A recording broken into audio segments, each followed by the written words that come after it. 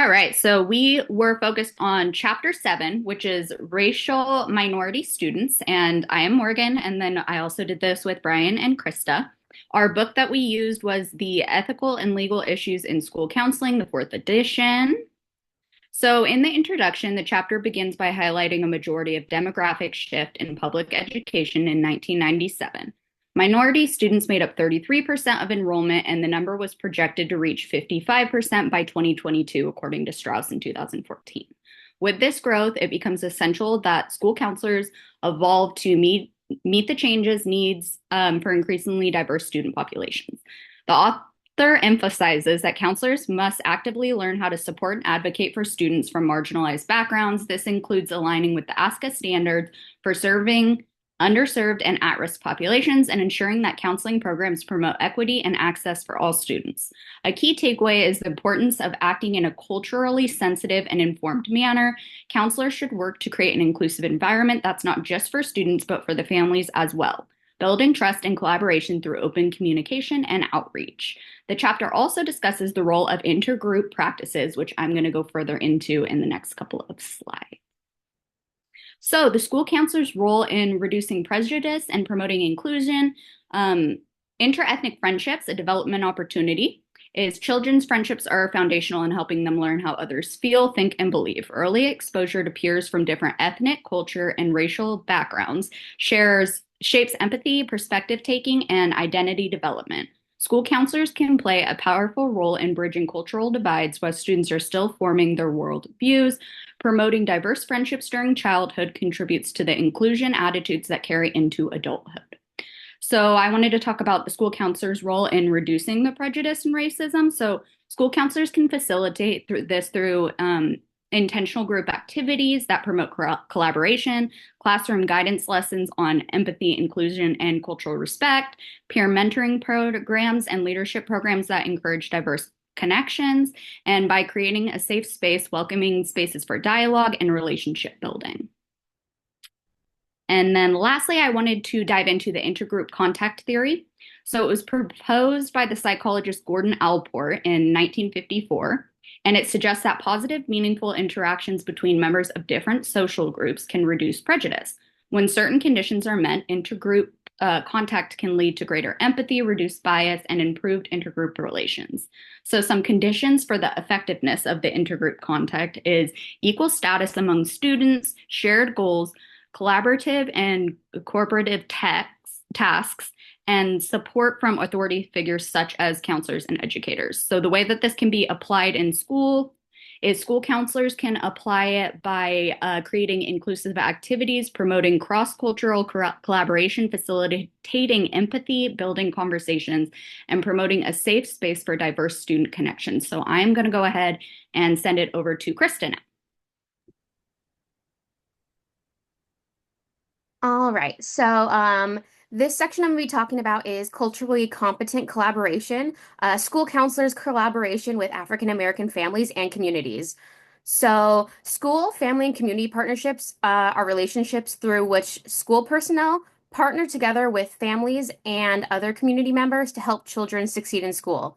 This collaboration is an important tool that affirms assets, capacities, and strengths of each person and provides African American families with the connections and information, resources, and understandings they need to help their children meet academic goals in school. Understanding the socio-culture realities and historical experiences of African American families is crucial to creating this partnership. And culturally competent collaboration means school counselors must affirm the strengths and assets of African American communities, not just provide services. Partnerships don't just help families, they provide cultural insights and skills to educators and counselors, enriching their ability to engage and support students. So, it's kind of important that we as counselors are constantly learning and making sure that our skills and information on cultural insights are up to date so we know how to best support our students. Some of the common barriers to creating this partnership include low expectations and deficit thinking by school personnel, also cultural mistrust due to histories of oppression and marginalization, Also, blame shifting between schools, families, and communities.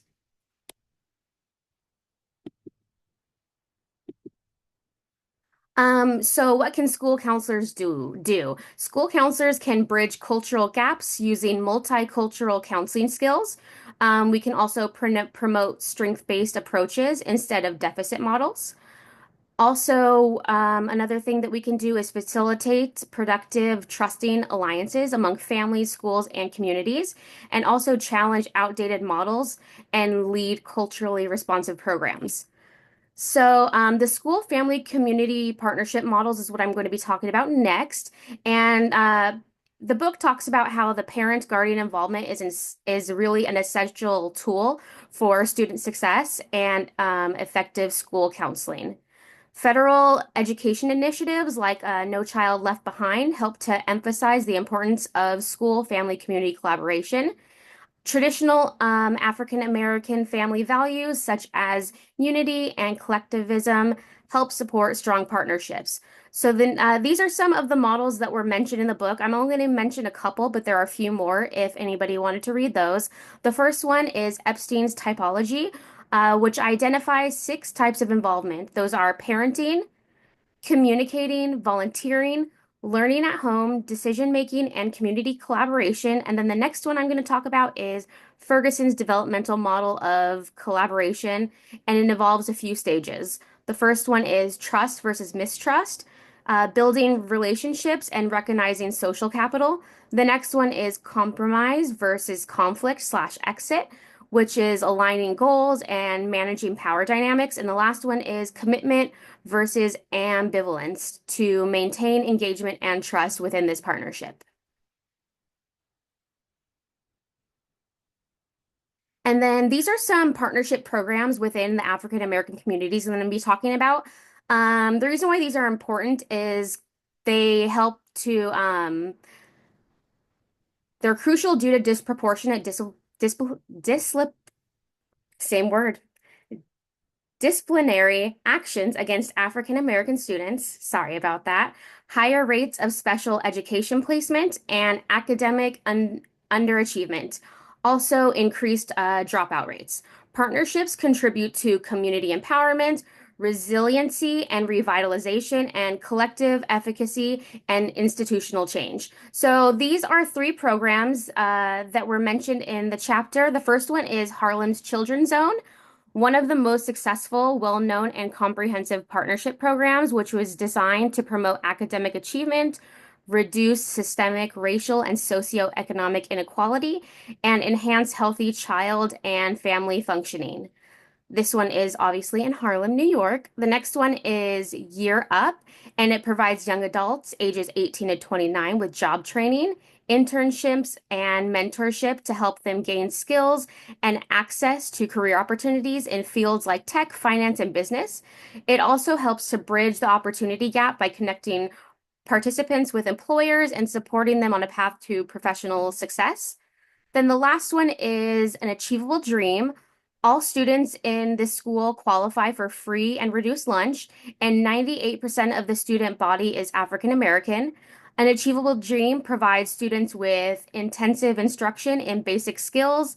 It also has an extended school day and calendar year, enrichment programs, and technology personal development programs such as training in etiquette and allocation, as well as parent involvement opportunities. And this was something that I really hadn't thought of, but um, the extended school day and the calendar year, because sometimes parents are working late and maybe they don't have care for their children after school. So that's why the days are longer. Or maybe they don't have summer off, so they are going to be working in the summer and again don't have that care. So I thought this was a really great way to help address that. And then next up is going to be Bryan.